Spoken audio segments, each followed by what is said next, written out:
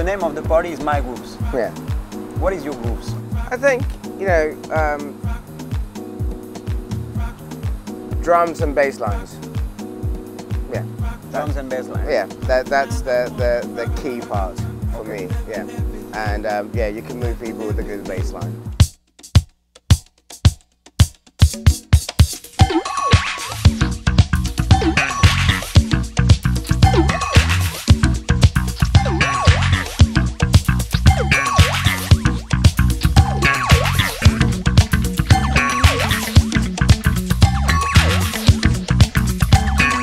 I wanted to ask you something about BBE, you know?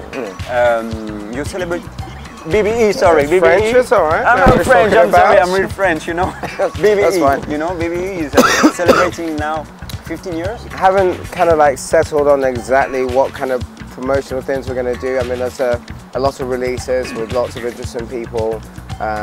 Louis Vega, one of them. David Rodigan, who's an excellent reggae DJ and has been for the last 30 years. Mark Mack from 4 Hero with his Visionaries project. John Morales, Al Kent, and you know, a lot of interesting things. So you know, a lot of stuff happening. Concentrate on what the whole thing is about. It's a jam. Rappers are gonna be coming down. They're gonna be the stars of this thing, not you. It's beautiful. Fresh, fresh, fresh, fresh, fresh, fresh, fresh, fresh, fresh, fresh, fresh, fresh, fresh. It's like. Can you tell us how did you start the BBE? BBE? Sorry. Yeah, how did you start? You know, it was a hobby, you know, like for most people, and interested in music, and I always wanted to, you know, I was kind of curious. I didn't know exactly, I didn't have like a grand plan written down. I never did. But a friend of mine who had a shop, like a regular shop just selling general stuff, and he sold the shop and he had some money, and he said, you know, we should do like a label. I was like, cool, you know, I've got some ideas. There were a lot of DJs like Giles Peterson, Norman J, Bob Jones around about that time in the UK who, you know, people, they were the inspiration. They were on the radio and all that kind of stuff, and people followed them. So I thought, you know, it would be a good time for the first time to do like a DJ-led series, but from the other side of not just straight up dance music, but you know, across the border. And that was it, really. Just did the first compilation, spent all that money, put, you know, records in the back of the car, drove around town, sold them to people, and within a week everything was, you know, the first 2,000 copies were gone, money had come in, did more, and then just started speaking to people, and more things happened from there.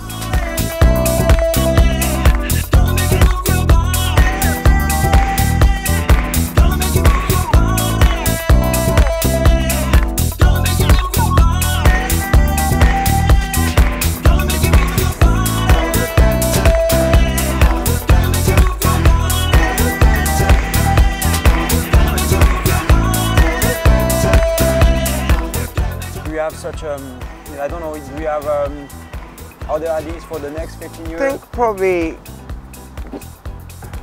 change some stuff. I mean, it's hard to say. I mean, I think I'm going to look more towards Africa now, because I'm going to start going back to Ghana a lot. And so I think, you know, it will take on a much more African feel, but at the same time, it will also take on a more band feel as well. And there's still a lot of older stuff that hasn't been digitized. So, I mean, it's like the compilations, artist albums, and just different things. It will carry on, but in a different form. You know, it may well be that in the future, or in the very near future, a lot of stuff will be more digital than physical. But definitely, I mean, there's this stuff, but I don't have like a 5-year plan. I've never had one.